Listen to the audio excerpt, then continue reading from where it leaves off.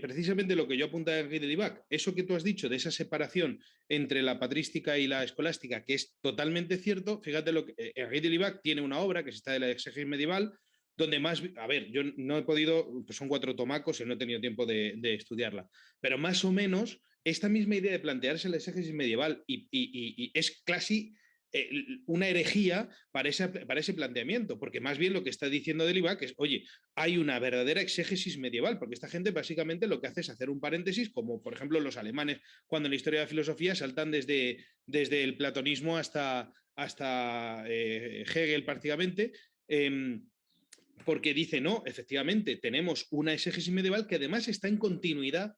Esto lo hace Deriva con los padres de la Iglesia. Cosa, insisto, que era, pues como dices, una cosa que se ha negado en las... Bueno, Santo Tomás, por ejemplo, la exégesis de Santo Tomás, que es una auténtica maravilla, y vamos, y que bebe directamente de las fuentes patrísticas como ninguno, ha sido despreciada todo el rato, ¿no? Entonces, efectivamente, hay esa constante, pero vemos que hay, creo, en mi opinión, distintos acercamientos. Delibac hay una cosa muy llamativa. O sea, él lo que hace es, en la primera parte de la segunda parte de Santo Tomás, en los cinco primeras cuestiones, hace un resumen del primer libro de la Ética Aristóteles, primer libro y parte del segundo, sobre el tema de la felicidad, el fin último del hombre. Y es el fin último llamado felicidad. Y entonces Santo Tomás hace un argumento que a mí me parece que es, bueno, en fin, que lo que dice es que una criatura racional, no habla del ser humano, habla de la criatura racional. Obviamente la única criatura racional que conocemos es el ser humano, porque los ángeles son interactivos, no utilizan la razón. Pero la criatura racional, dice, tiene la necesidad de conocer las causas. Y dice, y al final las tiene que conocer en la causa más alta. Y por lo tanto, como la causa más alta es Dios, dice, tiene un deseo natural de ver a Dios. Y ahí es donde Delibac se aprieta mucho a este deseo natural de ver a Dios y ahí hace un planteamiento que en mi opinión es equivocado en ese planteamiento. Pero él lo que dice es, porque ¿qué pasa? Que cuando yo eso lo he leído, por ejemplo, el comentario que hace Cayetano, que es en la edición leonina, por ejemplo, está el comentario de Cayetano en la Suma Teológica, acompañándola, Cayetano dice, bueno, claro, porque hay un problema en esa época ya de la escolástica, pues un poquito más tardía, porque se entiende que se están saltando los límites, se dice, porque claro, como una criatura naturalmente va a tener un deseo de aquello que es sobrenatural, porque se entiende, y esto es un dogma que Santo Tomás, donde yo lo sé, no lo plantea de esa misma manera, que más o menos lo dice, pero no es una cosa tan fija, si hay un deseo, ese deseo tiene que ser satisfecho. Entonces, claro, sí, lo que se entiende que dice Delibac, que al menos en la edición española yo he leído porque francés lo manejo mal, no lo he visto en ninguna parte, vendría a ser, si el hombre desea naturalmente ver a Dios, entonces necesariamente le tiene que ser conseguido los medios para alcanzar ese deseo. Como los medios son sobrenaturales, se estaría diciendo que hay una necesidad de otorgar lo sobrenatural, que por ser sobrenatural solamente se puede dar por gracia. Por lo tanto, habría una necesidad de la gracia y eso es lo que directamente o de alguna manera Humane Generis sanciona.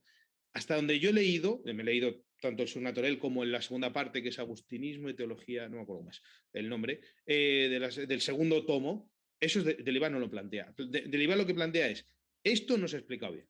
Y yo lo coincido, por ejemplo, con eso. O sea, hay ahí la manera como Santo Tomás explica la finalización del hombre en la visión beatífica, que es lo mismo que dice Aristóteles, que es el conocimiento de Dios, le viene del hecho de ser criatura racional. No por un momento, que es lo que defenderían, digamos, los extrinsecistas, que son los que condena de alguna manera Delibac, no por un momento en el que Dios otorga un don sobrenatural de que la criatura racional sea finalizada en un fin sobrenatural. Ese es el problema. Es decir, en definitiva, el hombre sería una criatura natural con un fin sobrenatural dado en la misma creación y como parte de su propia esencia.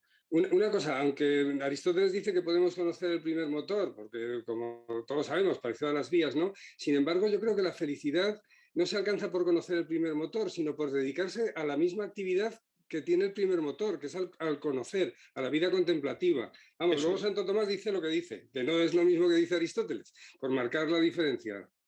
Claro, es que la cuestión de Santo Tomás es que él en otro momento demuestra que esa contemplación, que Aristóteles no entra, si eso se puede conseguir o no, de hecho hay un pasaje muy oscuro Donde no queda claro es Aristóteles dice que eso se puede conseguir solamente después de la muerte.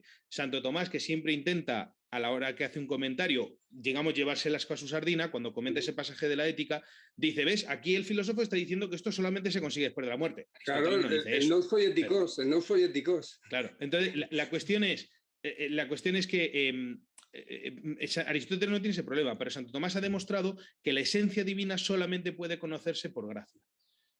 Y entonces, claro, ahí está el problema, porque la gracia sería un don sobrenatural que solamente puede ser dado gratuito, porque la naturaleza exige sus propios fines, pero lo que es sobrenatural no se puede exigir. Es verdad que la propuesta de Delibac camina en una línea muy fina, porque la idea sería, no, necesitas el don de la gracia, y ese don es dado libremente por Dios, y donde rompe con el esquema escolástico es porque entonces, ¿cómo va una criatura a necesitar un don que Dios no dé? Parecería que la creación estaría mal hecha, porque de por sí la naturaleza, digamos, exige tener sus propiedades. El ser humano es un animal racional, exige tener razón. Si no tiene uso de la razón, entonces no es un ser humano. Y no puede haber un ser humano sin capacidad racional, aunque luego por motivos físicos no la puede ejercer, pero tiene que tener un alma racional por el hecho de ser humano. Entonces, porque es parte de su naturaleza. Entonces, explicar eso en cuanto al fin del hombre, y además una cosa tan importante como es el fin del hombre, es un problema gordo. Ya digo, es posiblemente el debate más largo y en el que a mí no me queda nada claro el siglo XX a nivel teológico. O sea, y efectivamente Derivac está entre medias. La cuestión es que a Derivac le cueste la cátedra cuando él solo lo escribe en un libro y tampoco se pone a condenar a nadie ni nada.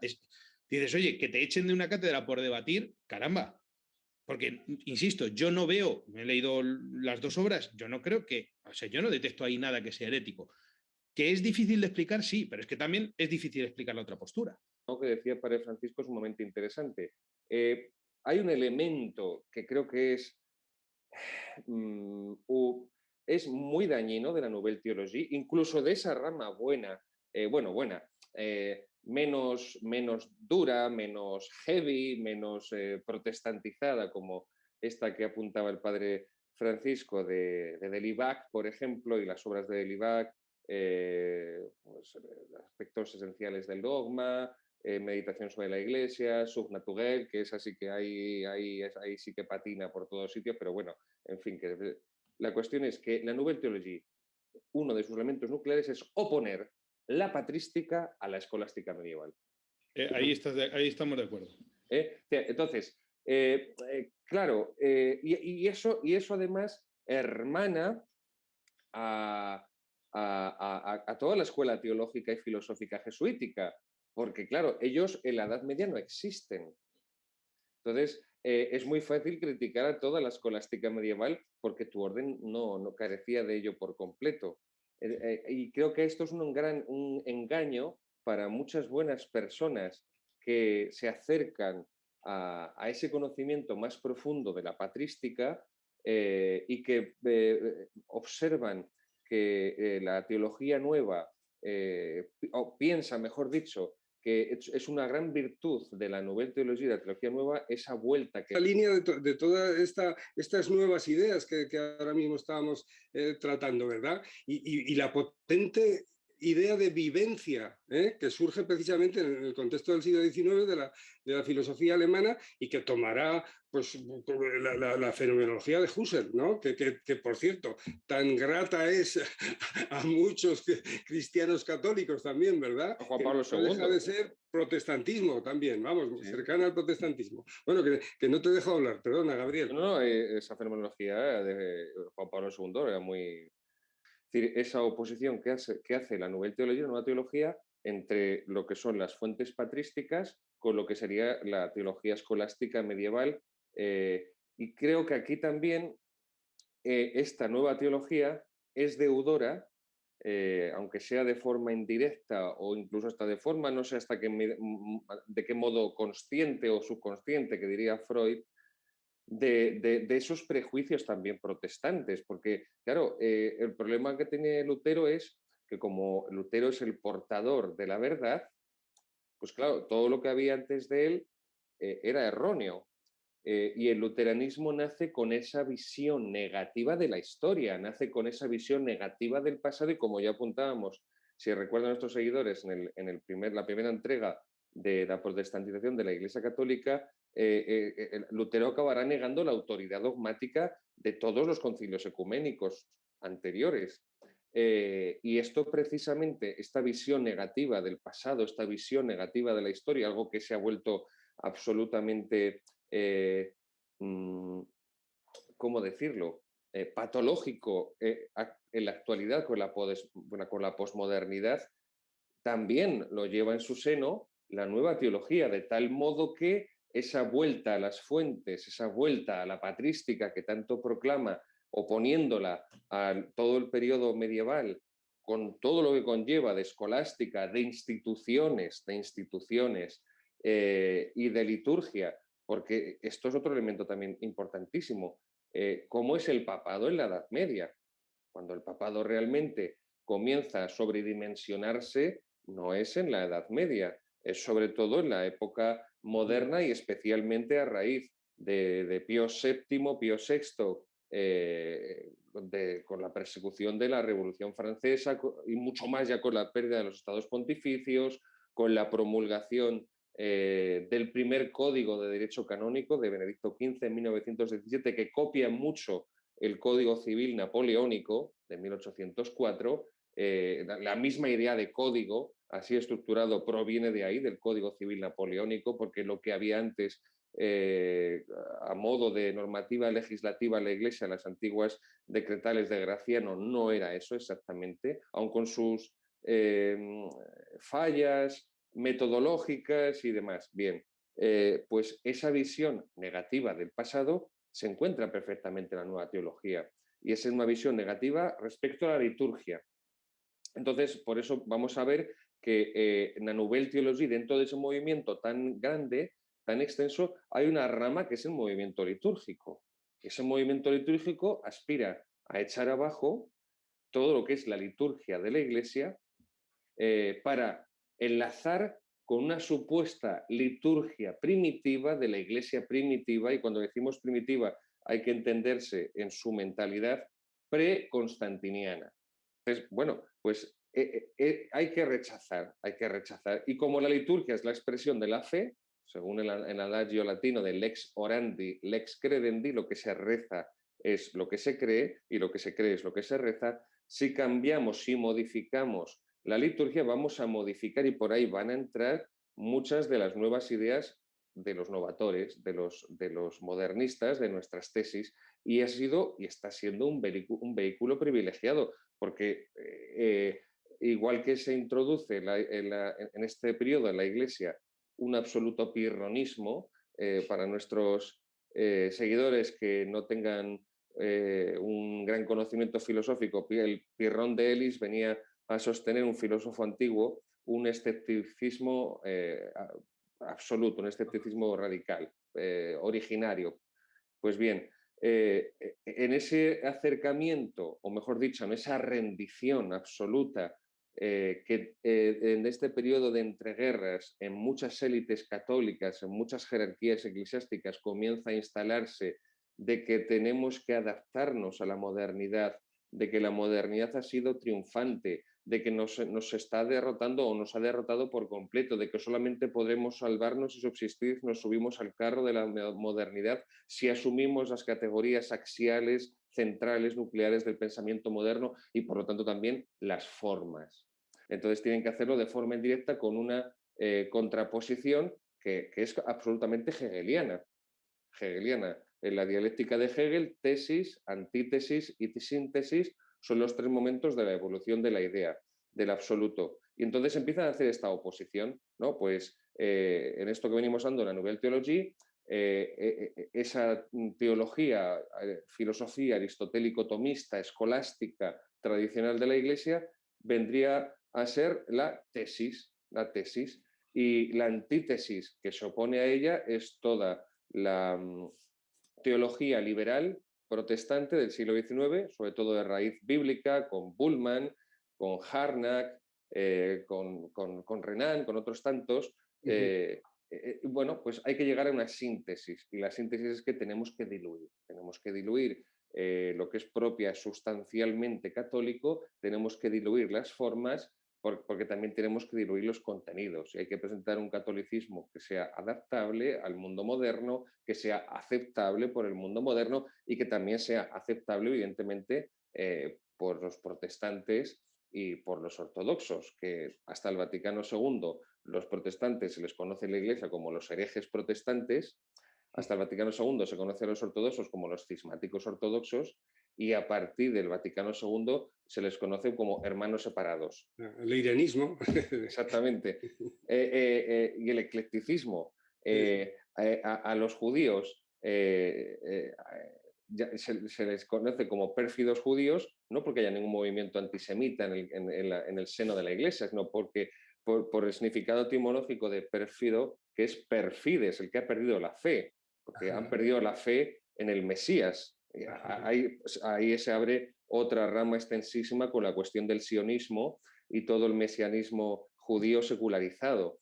Pero claro, pues si estos son los hermanos separados, protestantes herejes, ortodoxos cismáticos, ahora son hermanos separados, los judíos, en frase de Juan Pablo II, son los hermanos mayores. Es ese escepticismo. La filosofía atomista rechina a los oídos protestantes, rechina a los oídos ortodoxos y rechina a los oídos del pensamiento moderno. Vamos a frenar y vamos a soltar lastre, vamos a desligarnos de la filosofía atomista. Uno de los motivos por los cuales los documentos del concilio tienen esa lectura tan ambigua o esa doble lectura, y por eso Benedicto XVI hace tanto hincapié en la hermenéutica de la continuidad y demás, es que esto no había sucedido en los 20 concilios ecuménicos anteriores, porque como contiene un lenguaje unívoco, no contiene un lenguaje equívoco, como no es teología narrativa que se presta a doble interpretación, no se puede conseguir esa lectura torticera del resto de cánones de los concilios ecuménicos anteriores. Implica un cambio en el fondo. No se puede cambiar los accidentes y pretender que no cambie la sustancia. Es un principio metafísico que no se puede olvidar de ningún modo. Entonces, igual que hay un abismo de una encíclica papal anterior al Vaticano II a una encíclica papal posterior al Vaticano II, existe un abismo, insisto, no solamente en la forma, no solamente en los accidentes, sino en la sustancia, en el fondo, de los cánones, de los documentos de los concilios anteriores, los 20 ecuménicos anteriores, al Vaticano II, que es el primero que se niega a ser dogmático y que se proclama pastoral. Esto también es realmente importante porque habla también yo pienso, creo que puede resultar muy atrevido decirlo, pero yo veo ahí una influencia de la primacía de la praxis marxista. Es decir, los concilios ecuménicos universales no eran pastorales porque eso significaría someter la acción universal de la Iglesia al tiempo, que por su propia naturaleza es efímero y es cambiante. Y la pastoral, el análisis de la realidad y la adaptación a esa realidad concreta de la Iglesia del año 62, 65 del Vaticano II no tiene absolutamente nada que ver con lo que estamos viendo hoy en día. Que uno de los documentos de concilio sea sobre los medios de comunicación intermirífica, sí, los medios de comunicación de los años 60, la radio, el periódico y la televisión, de los años 60, en blanco y negro, con Franco felicitando la Navidad, en Nochebuena. Eso no tiene nada que ver con lo que hoy en día son los medios de comunicación. Evidentemente, eso no se puede sostener nada de lo que dice ese documento en pie. Pero lo que realmente resulta, y ahí también veo mucho la jesuitización, la influencia jesuítica de la Iglesia. Eso también es una herencia jesuítica. Lo que importa es la acción. Lo que importa es la acción. Goethe también lo dice en el Fausto, cuando dice que en el principio, cuando parafrasea el prólogo del Evangelio de San Juan, en el principio era el verbo, es decir, en el principio era el pensamiento, y dice Fausto, no, en el principio era la acción. Y yo creo que también así se puede enlazar lo que decías tú antes, muy acertadamente, Joséchu, de que por eso muchos misioneros también se unen a la lucha terrorista, a la lucha revolucionaria, además con esa línea divisoria prácticamente invisible que existe entre el terrorismo y la revolución. Muchas gracias a todos, de verdad. Venga, hasta la próxima.